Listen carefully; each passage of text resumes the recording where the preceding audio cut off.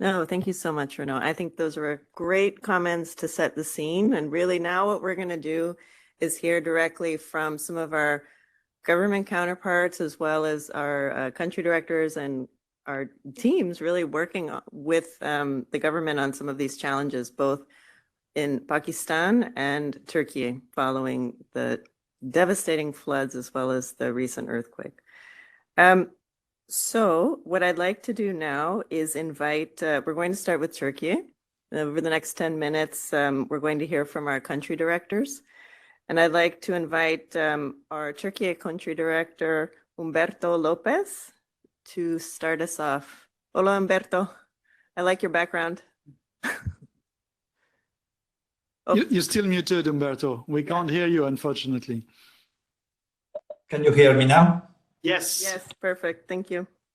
I was saying that this is a picture I took in Ankara the very first time I came here. And anyway, listen, let me just share with you a few thoughts on how we manage the emergency response to the earthquake, and finally to ask a couple of pointed questions that probably you could consider going ahead, and particularly after what Renaud was saying, that preparation is key.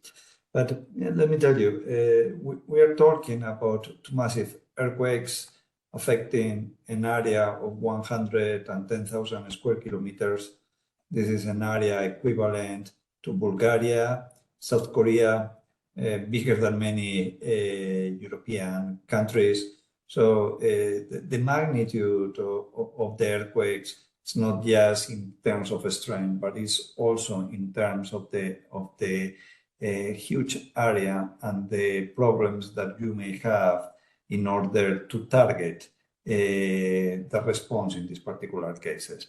So what we did, the very first thing, was to start working on a great report.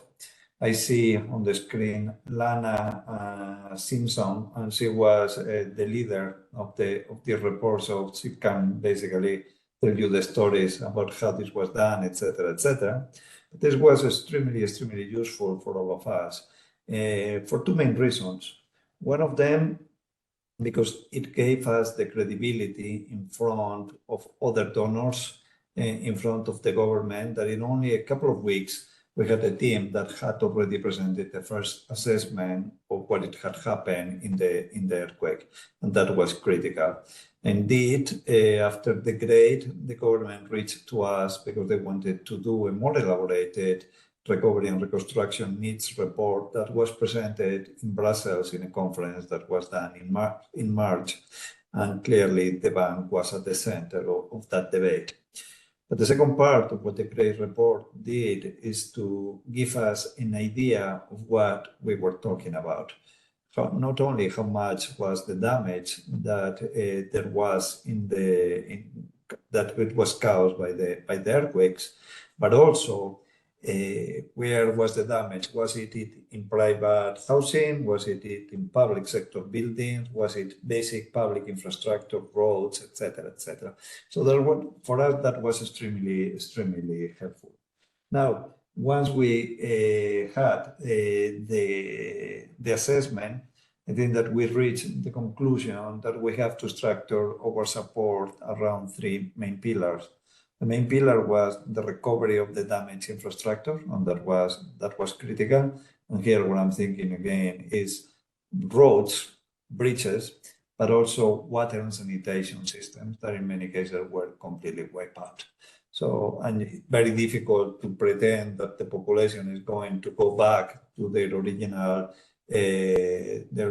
villages if what you have is that you don't have water, you don't have sanitation, and so on. That was quite important also because the magnitude of what we are talking here, it was in the GREAT assessment, we put a number of $34 billion.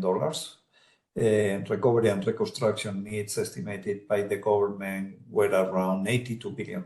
So it doesn't matter whether you put it at $34 billion or $80 billion, we are talking about an extremely high amount for recovery and reconstruction needs. The second part of our intervention was going to be focusing on public services. And what I'm thinking here is particularly health and education. Once again, when you have 3.3 million people displaced from the earthquake areas, it's very difficult that these are going to get back unless the kids are going to have schools. Clearly, they will need a housing, they will need the infrastructure, but they will need also a school for the kids. They will need access to health services and so on. And many of the hospitals collapse, many of the schools collapse. Just as a footnote and probably commercial, the bank had built 25 schools in the earthquake-affected areas. All the schools built by the World Bank are still standing. So that shows also that if you do things in the right way, probably we are going to have a better story to tell. And the third part, after the reconstruction of the damaged infrastructure and the provision of public services, was thinking about the economic recovery. This is an area where 99% of the firms are micro, small, and medium enterprises, and in many cases, they were directly affected because their infrastructure collapsed. In other cases, they were affected because the workers left the area of the earthquake and they couldn't find workers to basically operate the firms. And the final is because even if they have workers and even if they were not affected, there were so many economic disruptions in the affected area that many of these firms couldn't operate at that point. So once we have the what, and again, in part, the great guide us in going into this direction, we have to discuss the how. And there we focus on four main elements. The first one was looking at what we had in the portfolio. Luckily enough, in Turkey, we had a portfolio of $8.5 billion, of which around $5 billion is still undisbursed. And what we did is start looking at how many of these operations could be restructured, how many of these operations could be used to redirect resources to the affected areas. In that sense, we took 4 of our existing operations, we started restructuring. 3 of them are already disbursing resources in the affected areas that were not planned originally. The second thing that we did was looking at operations that we had already in the pipeline for this year. And we started looking at how we could modify the operations under preparation in order to adapt them to the new environment, which in some cases included expanding the coverage of the areas where we were going to implement the operations to the affected areas. But in others, it included the adding additional components. There is one operation on which I think I'm very proud. It's an operation that was designed to fight forest fires. You are going to be talking about climate change, probably that is going to be also very relevant because Turkey suffers of forest fires. And we had an operation that is preventive in that regard, and they are building some fire stations.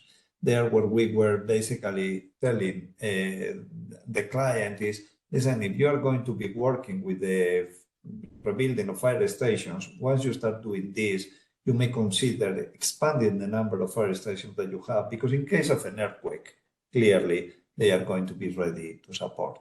So we were doing this type of tricks in many of the operations that were already in preparation to have something that in the future is going to be supporting future possible responses.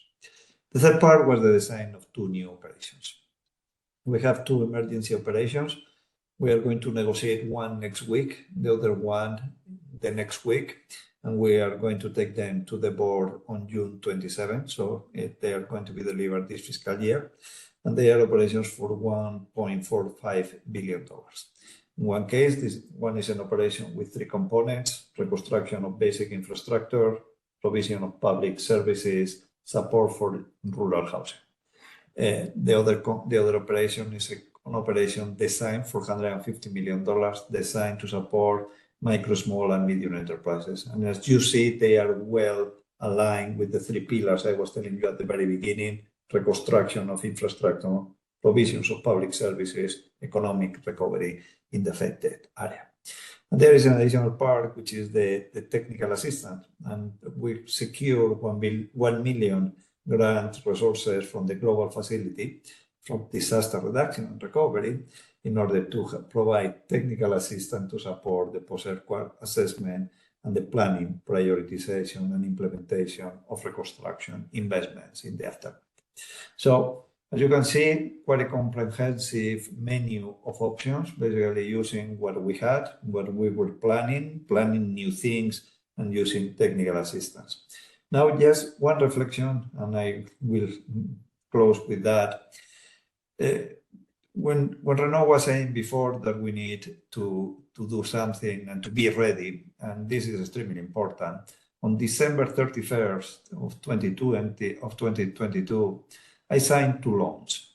And these 2 loans were designed to retrofit infrastructure, both public and private, in order to make it more resilient to natural disaster, including earthquakes.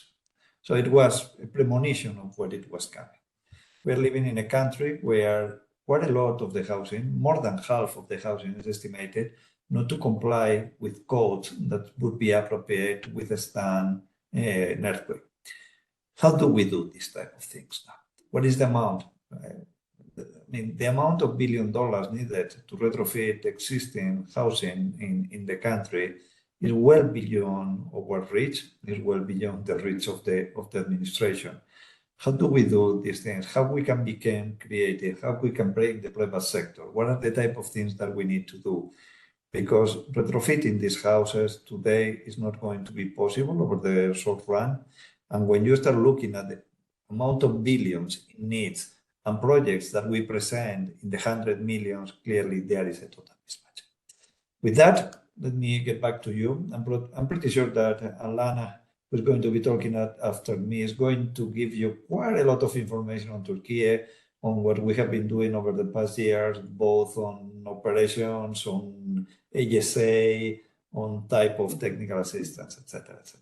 And thank you for having me tonight. Bye-bye. No, thank you so much, Humberto. Great overview, and we will have a chance to hear more from the team as well as the government.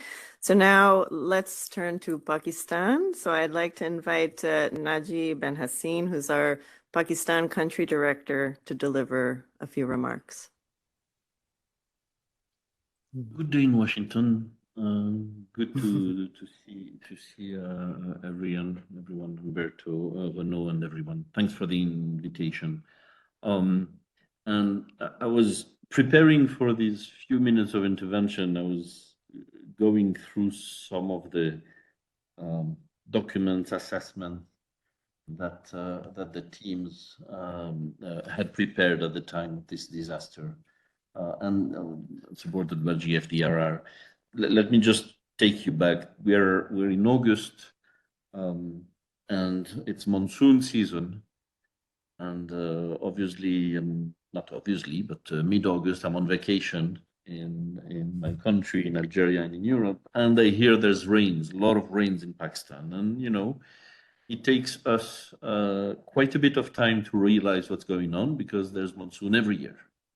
And there was floods and catastrophic rains in 2010, but as opposed to a huge disaster as happened in Turkey and Syria, where you immediately know you're in the middle of such a tragic disaster, when the rain starts falling, you don't know how long it's going to last. And so it took us a few days to realize the magnitude of what was going on. And it turned out after a few days, basically, or a week or 10 days, that this was turning into the biggest flooding disaster Pakistan had ever seen from things were measured. And to take a long story short, I won't bore you with too many numbers, but you know, Pakistan is a big country, 235, 240 million inhabitants. The census is ongoing. Huge country. 1/3 of the country after 3 weeks was underwater. We visited some of the parts, and the team who's joining, and who's probably some of them, Elif and others, maybe are probably in the room. I visited some of this area, and you should imagine we did a helicopter tour actually to visit some of the camps and refugee camps, and seeing sea all around you, a new sea in the middle of Pakistan, basically, with millions displaced, around 33 million people affected, more than $30 billion losses and damages and economic losses, as estimated by the post-disaster needs assessment prepared by the team with GFDRR support. And casualties of more than 1,700 and million cattle destroyed, etc. So a major disaster for this country, unseen before. So what do we do in these situations? And I have to say this was my first experience with a disaster of such magnitude. And I remember our very first meeting with a number of partners here, government officials, looking around the table and say, okay, what do we do now? What do we assess? And this is where I was extremely impressed, grateful, and reassured in the middle of the disaster of how the World Bank and other partners, with the support of the GFDRR, immediately mobilized a team. I was asking, so, okay, where's the team who's going to help do this assessment? And I'm hearing there's a team, and first time I heard of Elif, the task team leader of post-disaster assessment, and I'm being told she's somewhere commuting in some airport and she's on her way and she's arriving this weekend. And that was a starting point of an amazing amount of work that involved many colleagues at the World Bank, in the government of Pakistan at the federal and provincial levels, because especially two big provinces, Sindh and Balochistan, were most affected. And the Asian Development Bank, the European Union, and the UNDP, all in one room, developing the needs assessment in record time with the government, a document that was owned by the government, authored by the government. So there was quite impressive convergence between different layers of the government, different partners working with Pakistan, and that's something, honestly, that was for me very humbling, to see how everyone came together. It took me a few weeks to, in these situations, you don't ask questions of okay, how are we going to finance this, which project? But after a few weeks, I turned to Elif and said, by the way, do you need funding to do all this analytical work, preparing the post-disaster need assessment? And most importantly, preparing the reconstruction framework and supporting the government to prepare a reconstruction framework. And she smiled at me and said, there's this facility called GFDRR, which is supporting all of this. So it was absolutely instrumental, seamless in mobilizing not only the financing, but mobilizing the expertise to develop the post-disaster needs assessment and the reconstruction framework. Now, in the reconstruction framework, we're basically 1 month into, or 6 weeks into the disaster. And that's another piece that was impressive, is the convergence and the seamless move between assessing the damage, preparing a reconstruction framework, and preparing operations and working, as Umberto described, working in our existing portfolio to identify a response. And there was no, usually we prepare an analytical report to identify issues, and then we move to thinking of what to do about it. Here in the middle of the disaster, the mix between the assessment, analysis, evaluation of the damage, evaluation of the priorities of what we should look at first. When you have millions of people outside of their homes, millions of homes destroyed, a whole crop production of the whole province of Sindh destroyed at 100%, where do you start? So basic things, there were more than 800,000 pregnant women outside.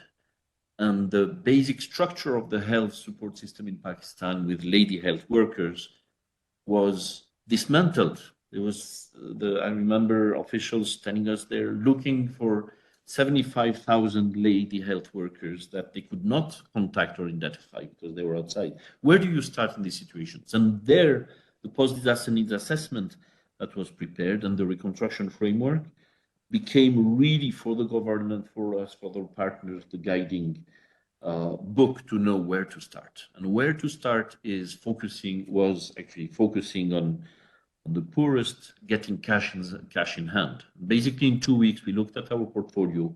We have like a $14.5 billion portfolio, 8 billion disbursed, and we identified immediately in 2 weeks, we were able to mobilize about $500 million for immediate cash transfers. Second thing, livelihood. You need to build by tents, by water, by medicine, and we had a precise idea through the PDNA of where these needs were, because this was done very closely with the local authorities, so we knew exactly where the needs were, so we mobilized our operations to buy these basic needs. And then you need to think about livelihood.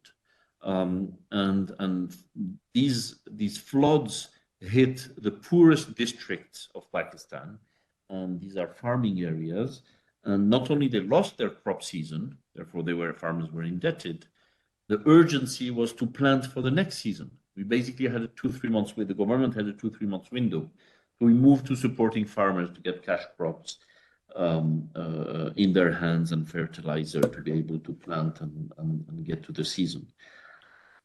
Oh, and then you start thinking about operations, and we prepared about $2 billion of operations in Balochistan and in Balochistan soon, but in Sindh, emergency operations of $1.3 billion. We went to board in December.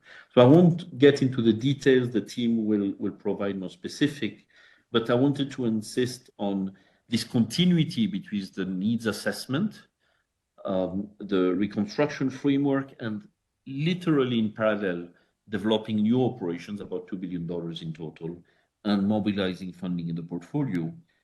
This is where development and emergency rescue totally overlap with this idea of building back better, which for me, before this disaster, was a bit theoretical. Here it was actually building a house better.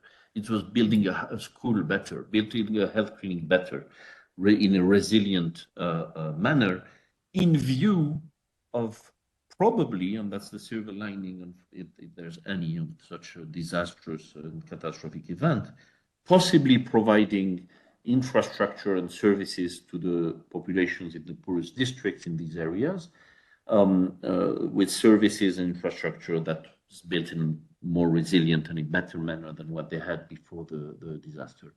So I just want to end by thanking the team, thanking the GFDRR who could mobilize such expertise and such funding so quickly, and thanking the partners in this journey that is not finished. Of course, we're in the middle of it, and the government of Pakistan at the federal and provincial level, which had an impressive, quick response with us, as all these PDNA and all these documents testify, as these are government documents. Thank you very much. Sorry, I was a bit long, but it brought me back into memories of disastrous events that seemed long ago, but a lot has happened since then. Thank you. Thank you. Oh, you're getting applause for both of you. Oh, thank you, Naji. So now we're going to take a bit of a deeper dive and hear from the technical teams. So we're going to start with the Turkey earthquake response, led by Alana Simpson, who's our lead disaster management specialist in the Europe Central Asia region. So Lana, over to you, please. And please also for Lana and Alif, I can hear you. Just keep it to 10 minutes or less, please, because we're running a bit behind. Thank you. Go ahead. I will try to be quick. So I think my presentation will be shown. Thank you so much, everybody in the room. And sorry, I couldn't be there in person. I actually want to take you a little bit on a journey since the 1999 earthquakes in Turkey and some of the efforts to build resilience, and particularly the role that GFDRR support has played in that journey. So after the 1999 earthquake, the Istanbul Seismic Risk Mitigation Project was created. And I think many of you in the room have heard about this, because not only was this an incredibly successful project to look at retrofitting schools and hospitals. But it was also at a time where there wasn't many examples of risk reduction around the world, a model for what could be done in a megacity in a seismic zone. And just as one example, with GFDRR support, we had the government of the Philippines come to Istanbul, learn about what was done, and from that exchange, Manila now has an earthquake risk reduction project. So GFDRR's support in sharing the lessons and the knowledge has been critical. What we also learned a lot about that project is very focused on Istanbul. It's been fantastic in mobilizing partner support after the World Bank moved to more national programs. So we've learned a lot, and I just want to share with you a bit of a journey through some of these projects. Next slide, please. So taking the schools model first, with some support from GFDRR, we were able to work with the Ministry of National Education to look nationally at the risks of the school infrastructure. Where is the greatest need? What are the costs? What are the sequencing? And where do we prioritize? At the same time, we're working with GFDRR on this important area. Of course, the crisis occurred, and there was many Syrian refugees crossing the border, which put a lot of pressure on infrastructure, particularly education infrastructure. And with the great support from the European Commission, the World Bank worked with the government of Turkey on a resilient schools for Syrians under temporary protection and host communities. And under this project, as mentioned by Umberto, we've constructed 57 schools with 5 more underway. Of those, 26 are actually in the earthquake provinces, and those 26 schools stand today. They're shelters for people displaced, they're emergency hubs, and these buildings sustain, in some cases, no damage or very minor cosmetic damage. So it speaks to what it means to be resilient to earthquakes. We also have another project which is really focused on reconstructing high-risk schools across Turkey. And we expect by the end of this year or next year, it would have reached 100,000 beneficiaries.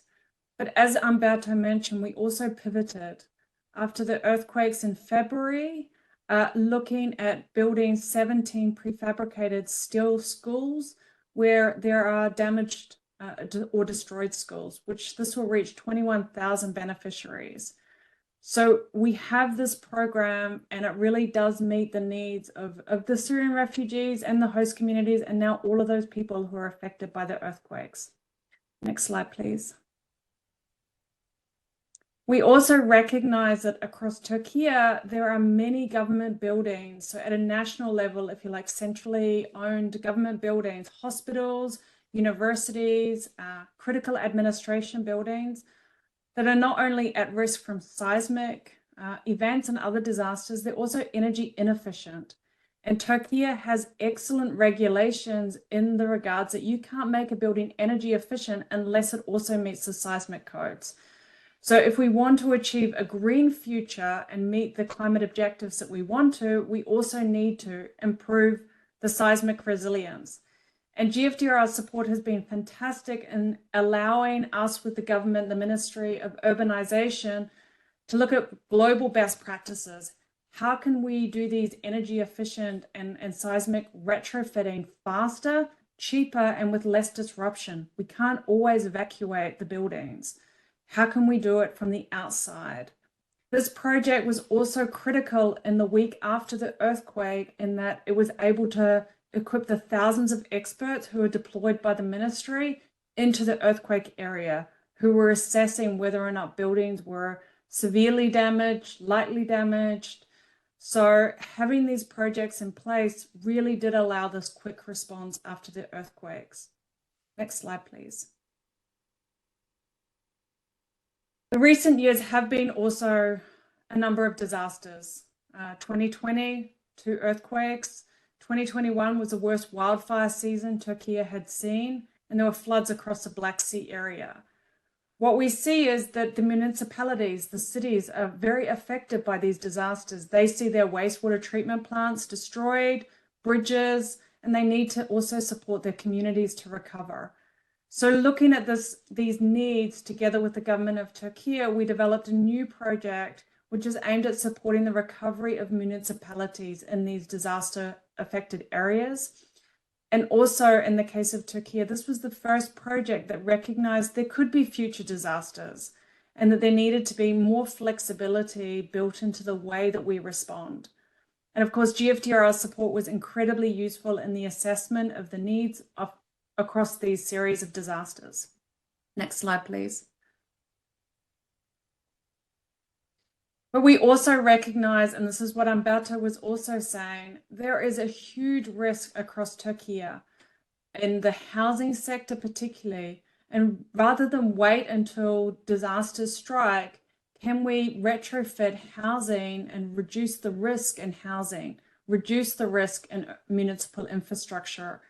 So late last year, there was also a new project that was looking at citywide climate and disaster risks across Turkey. And this is focused on 5 very high-risk cities, including Maraş, which was actually affected quite heavily in the recent earthquakes. So this is really critical because it helps us think about how to scale, how to reach the many millions of risky buildings. And again, GFDRR support has been critical in the assessment of the risks, looking at how to address those risks through building municipal investments to be more resilient, and really also focusing on the vulnerable groups and the stakeholder needs, and how to design ways that meet the needs of more vulnerable parts of the population. Next slide, please. Next slide, thank you. But of course, on February 6, 2023, we had these 2 very devastating earthquakes, which were not only incredibly high intensity, they affected a very large area. And then on the February 20th, there was a further earthquake in Hatay. With GFDRR's very kind support, we were able to do the direct damage assessment within 2 weeks, to look at the direct damages and to work very closely with the government of Turkey on the assessment of losses and needs towards the donor conference. We also were able to support the government to look at where they may need immediate support, where we could retarget projects to support resilient recovery. And I really want to thank again GFDRR for always being there when these disasters strike, and also for USAID, who directed quite a lot of funding in the immediate aftermath towards these assessments. Next slide. As mentioned by Umberto, we have a project that's focused on micro enterprises, but we also have a project that's focused very much on putting into practice this idea of green, resilient, and inclusive reconstruction. This new project, which we hope to be approved in June, is focused on 3 areas: municipal infrastructure and services. Unfortunately, across the area, fire stations collapsed. We have a huge gap in our municipal services, but also health services, hospitals, preventative care, vaccinations, antenatal support were also affected. And in this area particularly, it's a very high poverty area and with a lot of rural poverty. So through this new project, we hope to address these 3 areas. And throughout this project, we've really thought about how to build back greener, how to make sure rural housing is energy efficient, but also not rebuilt in floodplain areas, but also looking at areas such as in the health services, providing disability services for those who are disabled or newly disabled by this terrible tragedy. And this project really aims for adaptive learning and sharing of best practices. And again, the support from GFDRR is going to be critical in this enormous undertaking. Next slide, please. And I want to say, after the earthquake, a lot of people said to me, but surely you've been working in Turkey for a number of years. Why are there still disasters?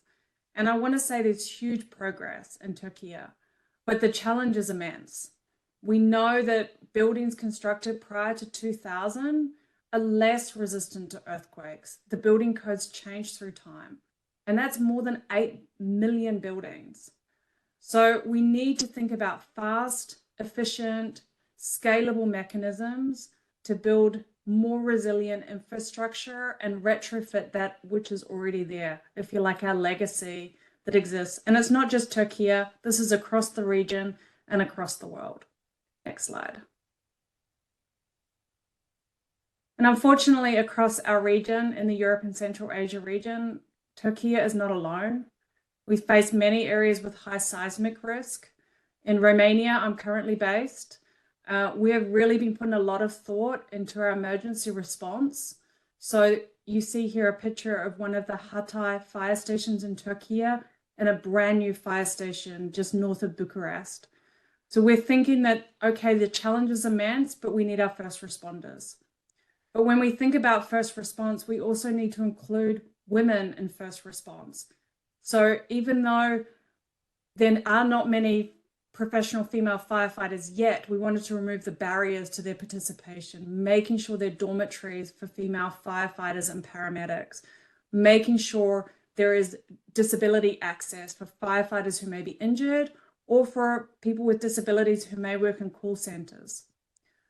In Ukraine, with GFDRR support, we've been doing a lot of work on assessing the damages and the needs. And in Tajikistan and Kosovo, more work following obviously the challenges with the situation in Afghanistan, but then in Kosovo with the recent floods. So happy to share more examples. I just want to say without GFDRR and all of your kind support, none of this would actually be possible. So Zoe, Sally, who's in the room, are available if you have any questions on any of our work in Turkey, and I'm always available if you have any questions. Thank you. Thanks very much, Lana. So now, yes, applause for Ilana. I don't know if you can hear it. Now I'd like to invite Alif Ayhan, who's our senior DRM specialist working on Pakistan, to tell us about the flood response. You can tell me to cut it short. I'm in the room.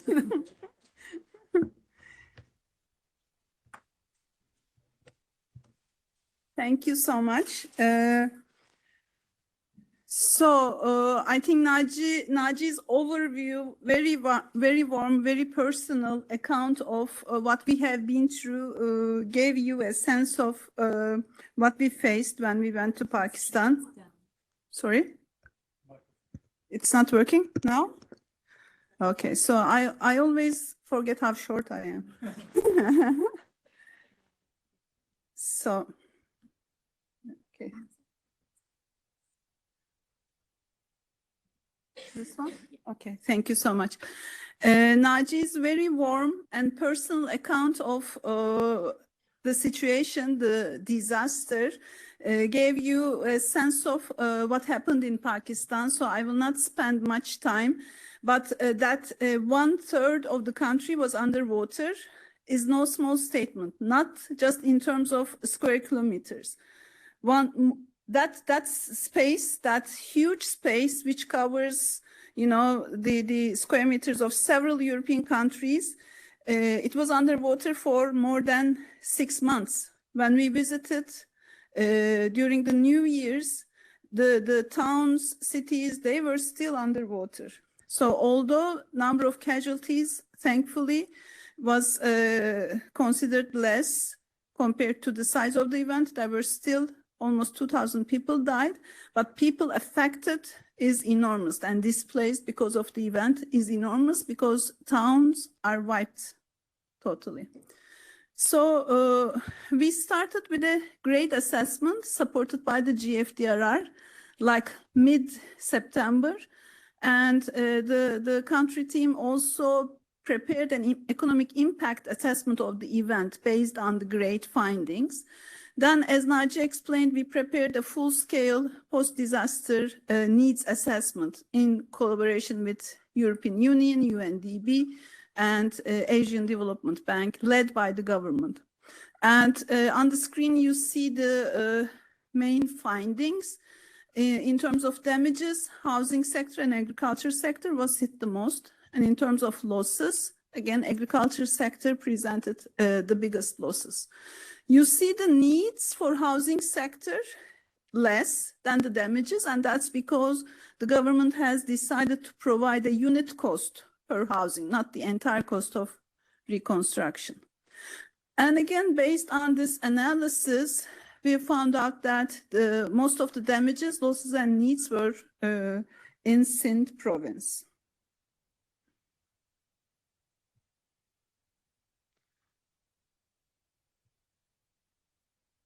Human impact of the disaster was also enormous. So almost 9 million people were pushed back into poverty because of this disaster. An additional almost 8 million people are now facing food insecurity. 17 million women and children are at greater risk of diseases. So more than 4 million people lost their jobs. And hundreds of thousands of women and girls are at risk of gender-based violence because of the conditions. When the government was preparing their recovery framework, social inclusion and building back better, preparing a framework for people-centered socioeconomic recovery was a fundamental principle of recovery in Pakistan. So Zoe is looking at me, so I will try to go a little. Yeah, I should emphasize that more. Okay, it's coming. And, you know, this was a disaster. Also, the country management unit did a great job in adapting the portfolio of the World Bank support into what's happening in the country. And they brought the Build Back Better and Resilient and Inclusive Recovery as the main aspects and described the pillars of response. And again, going back, September, the first grade assessment, September through October, detailed damage and needs assessment.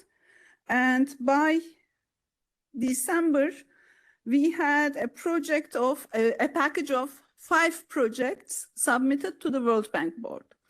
So I must say here, all these 5 projects are informed through the analytics and technical assistance provided by GFDRR. The first 3, infrastructure rehabilitation, housing rehabilitation, and water and agriculture transformation projects are emergency recovery operations. So they directly respond to the to alleviating the damages and responding to the needs of the people. The other 2 projects, the health project and the social protection project, they were under preparation for a while, but based on seeing what's happening, both projects are adjusted to have significant components of resilient recovery in them. So you may wonder, I mean, the bank always prepares these projects in emergencies in record time, but then we usually face a problem in implementing them. So I'm very happy to let you know that infrastructure project has dispersed 122 million of that 500 million financing in less than 6 months. It's 23% of the project budget. Housing project dispersed 12%. Agriculture dispersed 13%. So these are emergency operations which are under implementation with full speed. And we hope the results will also present success stories. So I have the details of the project's activities on the left side, and actually how it touches to the lives of the people on the right side of the screen. So under infrastructure project, we rehabilitate the damage happening in irrigation channels, roads, water supply, infrastructure. We provide livelihood support and also institutional strengthening for resilience and technical assistance, which is the forward-looking piece of the project, helping the Sindh province improve their capacity for emergency management.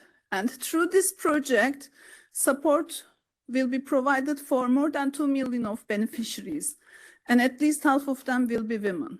And more than 200,000 households will be protected through flood protection insurance infrastructure. And at least half of it will also receive short-term livelihood support, and some 30% of it, of this support will be allocated for female-headed households. So on and so forth. I will continue just to be fast, but Lana mentioned the need to include women in emergency management, emergency rescue services. Indeed, this is something that we are trying to do across the portfolio. And again, an activity that has started in the previous projects and continuing with the emergency project is to include more women in the rescue services in Sindh and help the victims, vulnerable population in a way that is really a good fit for the society and community practices. So our goal under the emergency recovery project is to expand the female participation in emergency rescue services to 15% by the end. And this is the housing reconstruction project. This is really an interesting one and primarily follows a pattern that the World Bank provides housing reconstruction grants to the homeowners. And the government established a semi-independent company to manage this process. And through this, 350,000 core housing units will be reconstructed, hopefully up to better standards and to better withstand the floods and impacts of climate change. So 50% of the beneficiaries will be female-headed households, and they will receive subsidy cash grants. And they will also receive cash for work support under this project. Again, some highlights of the housing reconstruction. We prioritize women-headed households, families with single women and elderly persons with disabilities, and really the bottom percent of the population when it comes to poverty. So those households are prioritized. And of course, these are usually farmers' populations, and as Naji mentioned, very poor parts of the country, and many of them maybe don't have the legal rights to the land that they live on. So through the project, legal assistance and advice will be provided to them to defend their rights. And yeah, this is just a few examples from the results. So maybe I will focus on the social outcomes.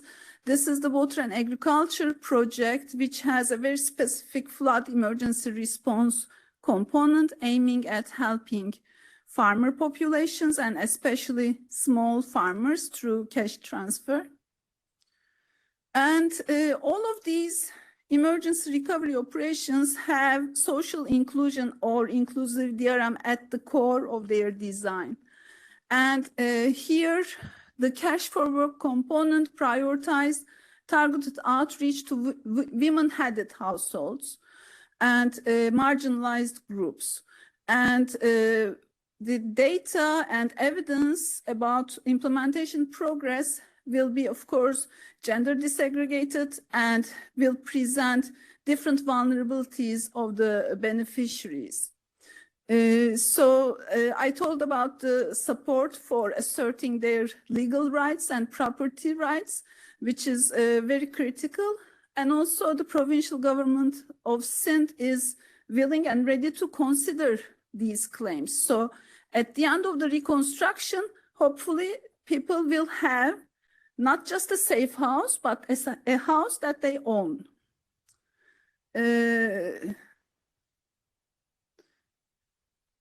Yeah, okay.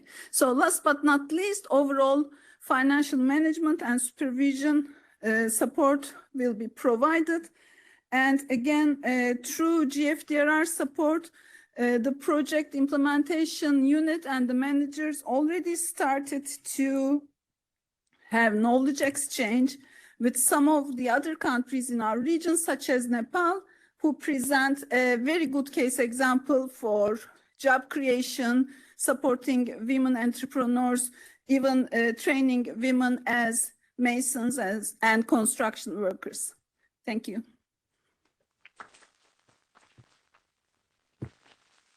No, thank you, Elif. So I hope this gives you, it's a lot of rich and detailed information, no, about, just go ahead and sit, it's fine. About these two disasters and how not only the World Bank, but partners and of course the governments leading the way have been responding. So with that, I'd like to now turn to our panel. So we have a very distinguished panel with us today and our colleague from the government of Turkey online as well.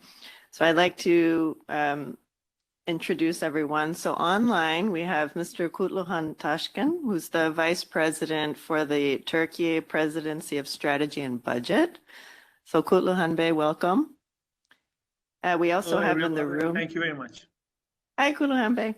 In the room, we have Mr. Inam Haider Malik, who's the Lieutenant General, Chairman of the National Disaster Management Authority of Pakistan. Welcome, sir. We also have Ms. Christiana Mari, who is the Deputy Head of Division of Peace and Security, Disaster Risk Management for the German Ministry for Economic Cooperation and Development for BMZ. And of course, we have Renaud Seligman, who is our Director of Strategy and Operations. Directory sometimes. Yes, for the Sustainable Development Global Practice. So what we're going to do is I'm going to ask each of you a question and you'll have about 5 minutes to answer. And it'd be great if we can leave a little bit of time for also people in the room and online to ask you all any questions. And I'm going to start, Kutluhan Bey, with you because I'm so sorry that you're up so late in Ankara. Thank you for joining us. And hopefully we can see you on the screen if you're there. Okay. So, Kutluhan Bey, the damage and losses estimated in the government's TERA report were highest for housing and buildings, as well as critical infrastructure, such as the health and transport sectors. So it'd be great if you could explain a bit how reconstruction and recovery across these sectors will incorporate building back better principles to enhance resilience to future disasters. And I know Umberto and Alana touched on this a bit, but great to hear from you directly about this. Thank you. Let me briefly explain how reconstruction and recovery will incorporate building back better. At this point, one of the main issues is integrating disaster risk reduction into infrastructure planning. The earthquakes have been an unfortunate lesson about the importance of building disaster resilient settlements and infrastructure. Our goal is to build back better with a recovery approach that aims at improved physical, social, environmental, and economic conditions, and above all, protect people's lives. Our priority is to reconstruct safer housing with better social amenities and well-functioning critical infrastructure, such as schools, health facilities, water and sanitation networks, and transportation systems, so that affected people can begin to rebuild their lives after these devastating disasters. In order to protect them from future shocks and prevent economic losses, we have to enhance the resilience of all buildings and infrastructure. Therefore, we will integrate disaster risk reduction considerations into investment planning further and support local authorities in this regard. This includes conducting vulnerability assessments, considering hazard mapping, and incorporating resilient design features into the infrastructure projects. Understanding the risks and impacts of natural disasters is a fundamental step in building strong infrastructure. So we will complete our disaster risk maps to utilize our investments. Besides, currently we are preparing the 12th National Development Plan, which will cover the period of 2024 and 2028. Since disasters impede development significantly in this plan, we will mainstream disaster risk reduction and resilience for all sectors. One of the main issue of this point is strengthening building codes and standards. According to the analysis conducted by various institutions after the disaster, along the severity of ground motion, the main determining factors in the destruction of buildings were low bearing capacity of the soil, the deficiencies in the quality of buildings in terms of design and construction, the age of buildings, and the non-compliance of the construction of buildings with the legislation. One of the key aspects of building back better is ensuring that the structures rebuilt are more resilient to all kinds of natural hazards. Turkey has a strong commitment to improving building codes and standards by incorporating the latest knowledge and technologies to make buildings more resilient, as well as to improve building inspection systems. And this will be a priority in the reconstruction process. We will further install prediction and early warning systems and structural health monitoring systems to new and existing critical infrastructures to save lives and decrease the destructive impacts of disasters. Besides renovating the aging infrastructures with higher capacities, considering new climatic conditions and more efficient functioning, will also contribute to both climate change mitigation and adaptation efforts of Turkey. Regarding the retrofitting existing structures to constructing new buildings with improved resilience, we recognize the importance of retrofitting existing structures. Retrofitting is a cost-effective approach to enhance the structural integrity of buildings and critical infrastructure, such as hospitals and transportation systems. By identifying vulnerable structures and implementing retrofitting measures, we can significantly reduce the risks associated with the future disasters. Finally, another important point is engaging the community. The resilience cannot be achieved without the active involvement of the community. We will prioritize community engagement and the participation throughout the reconstruction and recovery process. This includes consulting with local residents, involving them in decision-making processes, and empowering them with knowledge and skills related to disaster preparedness and response.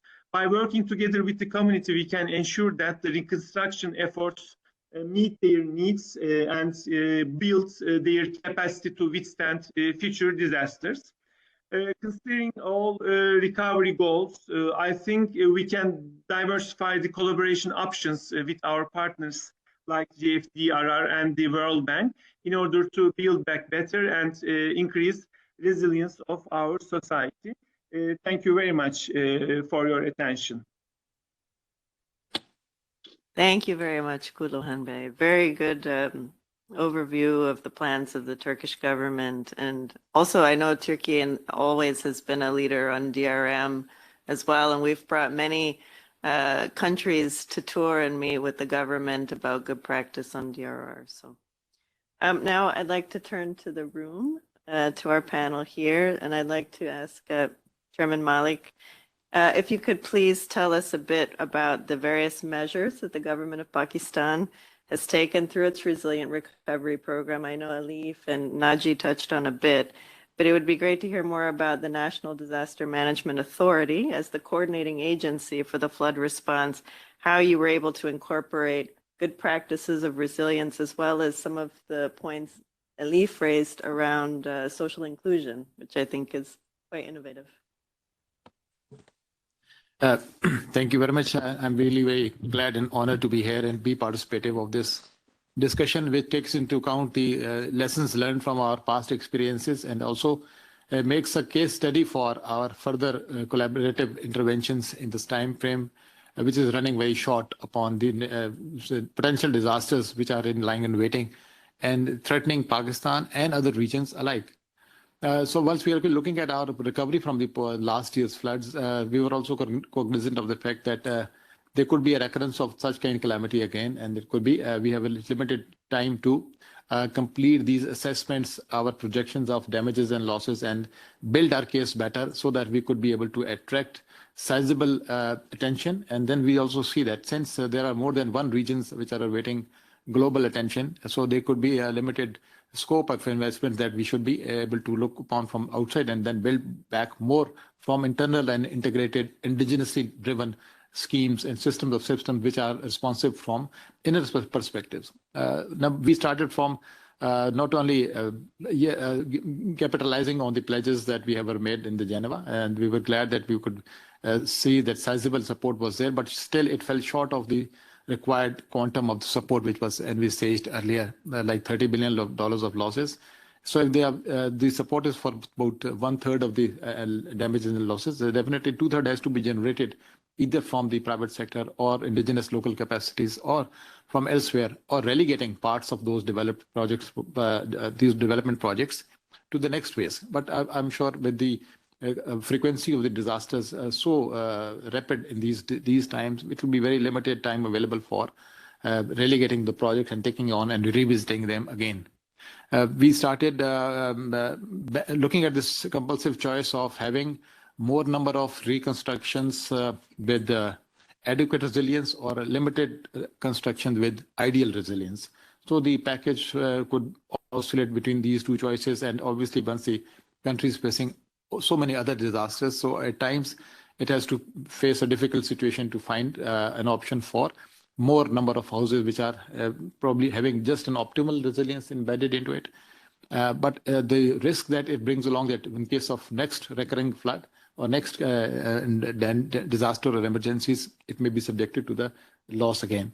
But if you wait for a longer period of time to build the adequate or full-scale ideal resilience for every structure, it will take more time, more resources, and probably the time is not there at the planning table.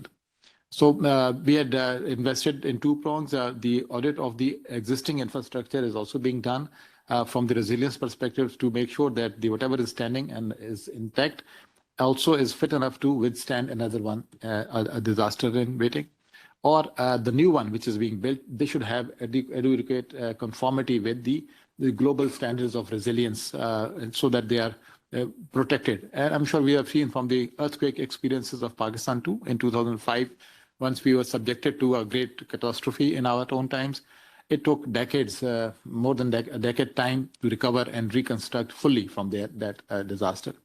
And we know that although there are a number of disasters which cannot be anticipated, but there are still a couple of them which can be anticipated, projected, and the early warnings can be generated in time for the people, responders, managers, and the communities which are at risk, so that we can save earlier the lives and livestock first, and then we are able to recover from that time to have early recovery, quick recovery, rehabilitation, and then go on to a larger plan of rehabilitations. We also have also made it mandatory for all the new upcoming infrastructures, both in public and private sector, to have the clearances from the perspectives of the DRR, like DRR NOC for everything. And I'm sure once it cuts across to many stakeholders and other federal divisions and other ministries, everything gets connected to these type of conformity and then compliance related investments. And it's obviously great, injects lots of confidence into the other measures which are being offered to Pakistan, and the partners which are being connected and engaged and supportive of this long-term schemes. It will also bring them lots of comfort that whatever assistance is being parked there or being provided to Pakistan disaster affected areas is being utilized in the most optimal way. And people are also aware. I would say the last point could be the community awareness and mass communication with the people at the risk is also very important. And when we saw in the last floods, most of the people exactly didn't know what happened to them. But now this is the time that we know exactly. At times there are triggers, there are indicators which are available on the landscape which we must register now. Anything which is lying in the waterway is subject to the next risk, disaster of any kind. And wherever there are overpopulated areas, they are at the risk of urban flooding and the related disasters as such. We can also have a lot of support from the science and technology to build those early warning trajectories, indication of likelihood of disasters in various areas where people are notified, moved, relocated, or trained to withstand the disasters. We understand they all could not be fought upon. We need to regulate and then see how we can deflect the impact of the disaster if we cannot fully withstand all, or we cannot blunt all in one go. Thank you very much. No, thank you very much. Good to hear all the great work that you're doing, and it's been such a devastating disaster, so quite a bit to overcome and rebuild and recover. But Pakistan also has a lot of experience with this. I also worked in Pakistan in 2005 after the earthquake, and remember all the work that went into that and some of the amazing housing reconstruction the government did.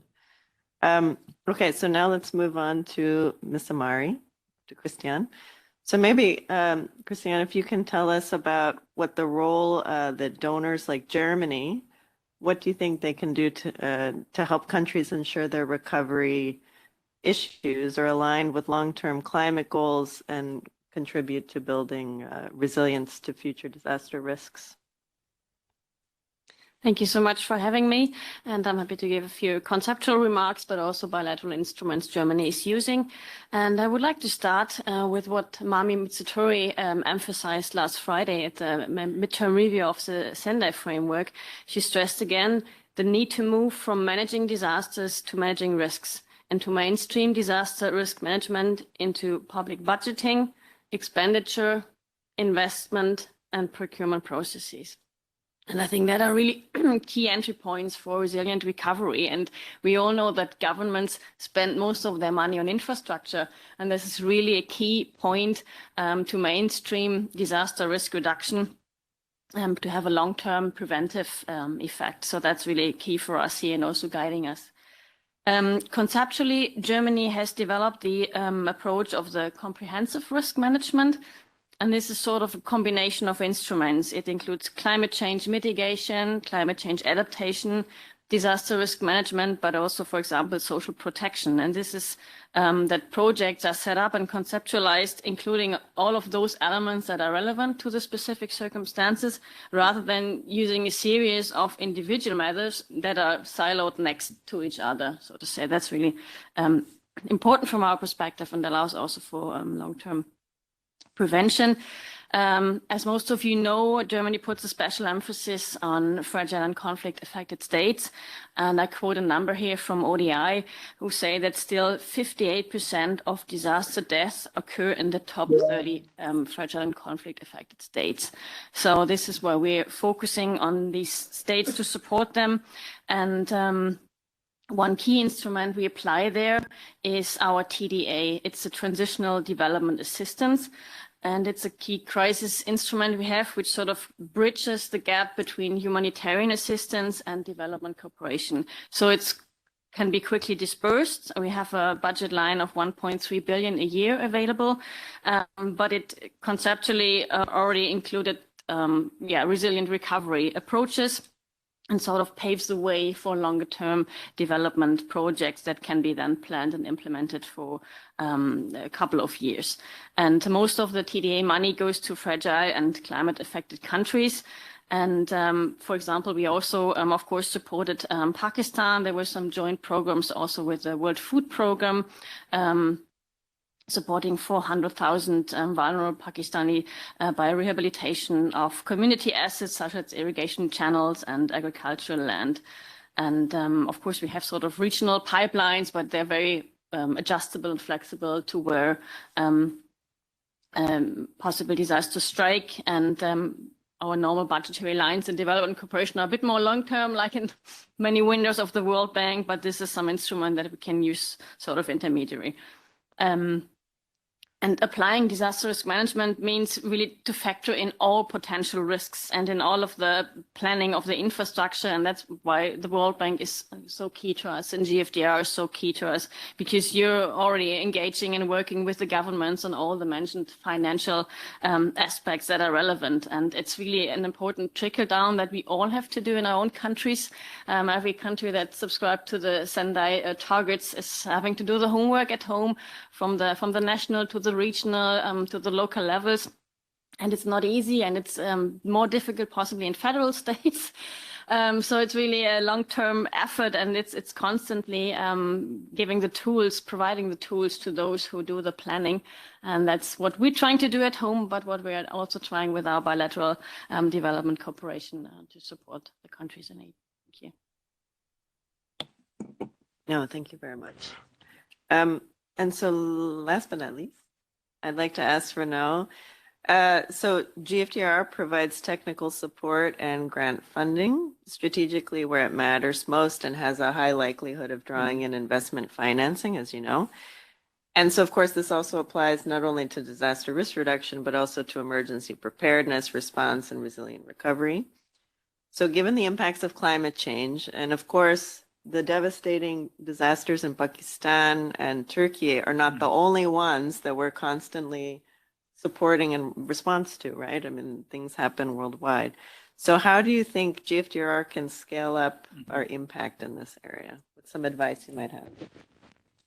Thanks so much, Zoe, and thanks colleagues online and here for the really super interesting presentations and experiences you've shared. So I was really struck listening to you by the the scale of the suffering, right? That we've heard about both in Turkey and in Pakistan.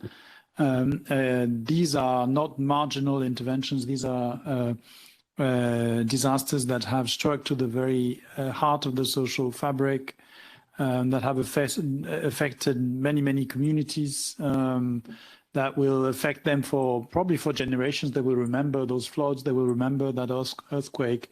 And so I guess it puts everything that we do in this space into perspective, in that at the end of the day, it's about the people and about our ability to shelter them collectively from some of the worst impacts.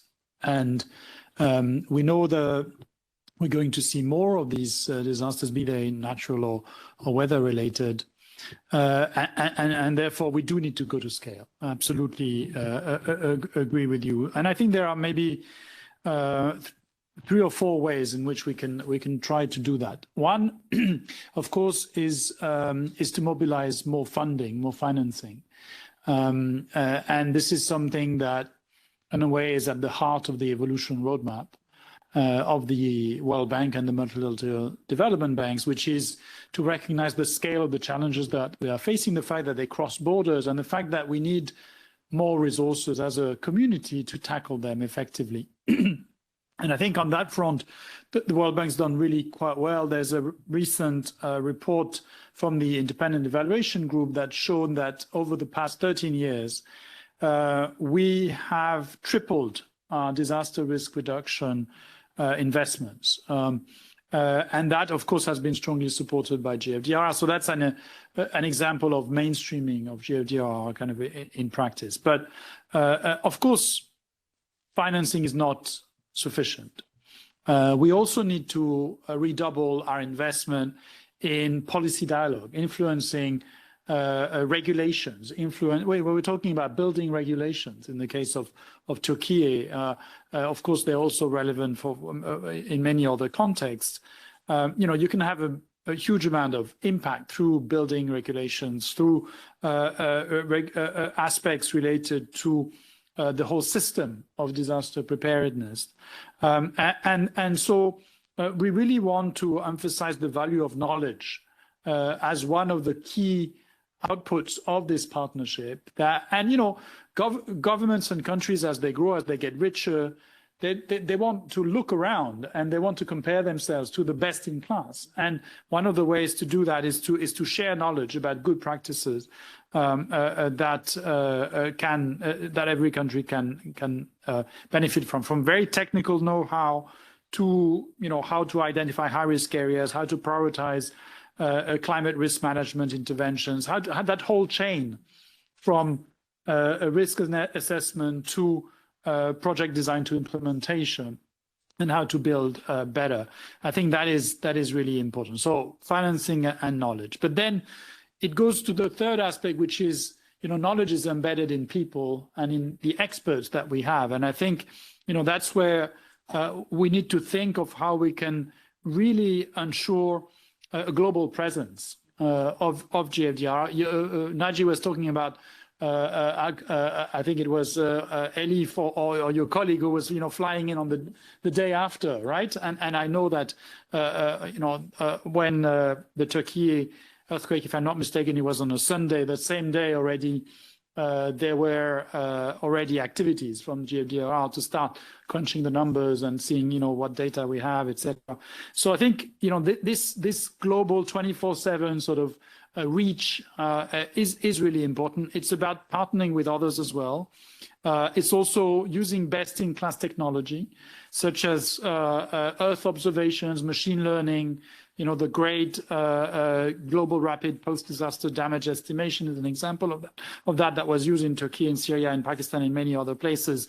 But, it goes beyond that. It goes to the whole data analytics and the partnerships associated with that. So I think, that is an important dimension. And finally, if we step back a little bit from the immediate interventions in support of either one country or one sector, we can think of some of the cross-cutting issues that need more attention. And we heard it quite a bit from all of the presentations. One is gender. The gender dimension and the social inclusion dimension are extremely important because, both for first responders, as well as to make sure that you're targeting the most vulnerable groups and giving livelihoods and job opportunities, you cannot ignore half of humanity, right? It's a very stupid thing to do, and it really doesn't allow you to get to sustainable results. So I think that's one area. The whole connection between fragility and disaster is another one, where you can have vicious cycles where disasters and climate risks create a cycle of violence and conflict, which then creates further inability to respond to shocks. So I think we need to break that cycle, and we need to think very carefully about those interactions and target our interventions accordingly. So really, at the end of the day, it's about us coming together as a community of partners that are supporting GFDR, of clients that are benefiting from it and sharing their experiences as well and learning from each other. And of course, the World Bank as a connector of all of the above. But I am optimistic that we can scale and we will scale. We will walk the path with our partners. But I have no doubt that we will rise to the challenge. No, thank you.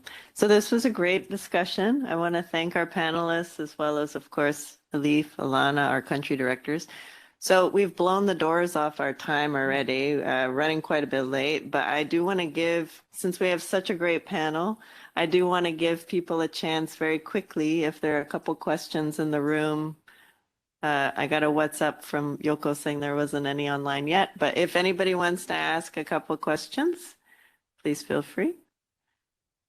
Yeah, you can come up. There's a microphone here, please.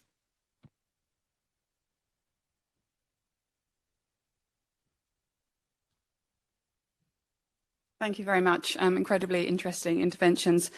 In both contexts, there's of course the added underlying complication of conflict, both directly and indirectly. So I wanted to ask, to what extent considerations of conflict are being considered in your concept of resilient recovery? Thank you. Chairman Malik, if you want to start.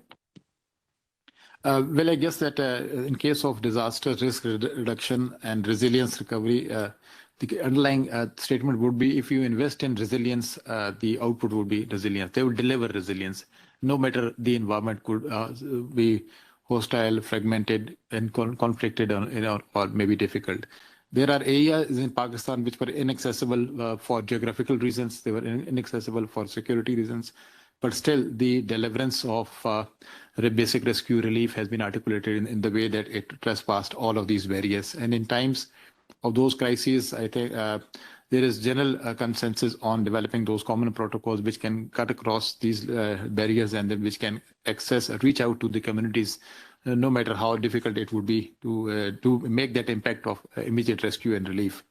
But I guess in the longer perspective, it will be easier for us to now predict with comfortable knowledge in the hindsight and the experiences that from where we have learned, that how to design a specific audience-specific program and how to design and deliver those programs in times that they should be able to pass through it around those barriers of conflict and I would say inaccessibility, and then be able to drive that dividend which ultimately contributes towards that national outcome or the regional success of the community.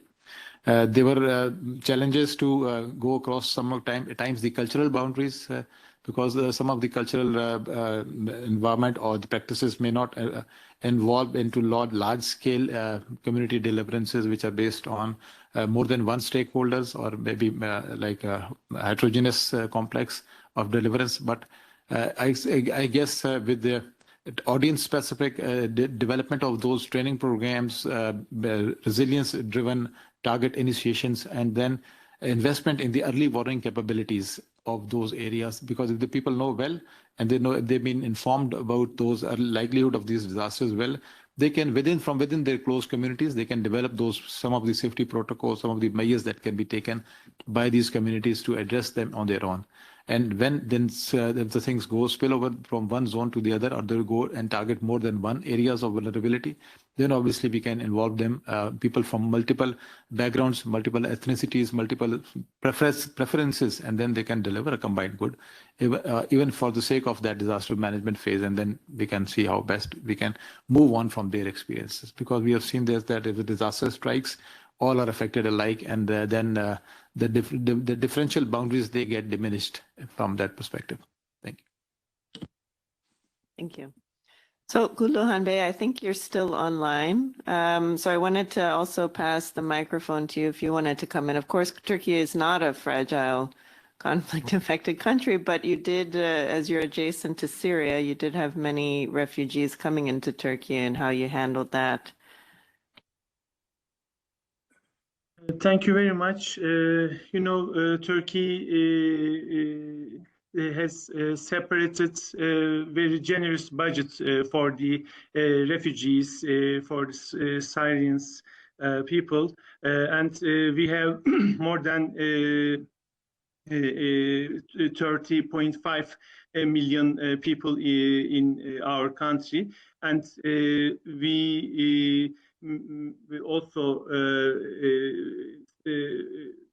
make some new policies after the earthquakes, special to the Syrian people.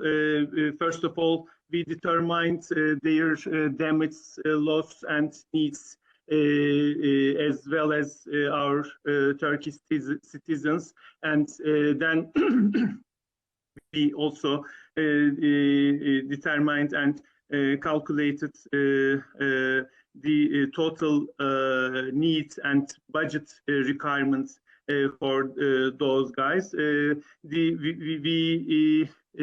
did not make a separation and discrimination between our citizens and Syrian peoples when making our buildings, and also building back better the atmosphere and the environment of their social and economic positions. Now we are still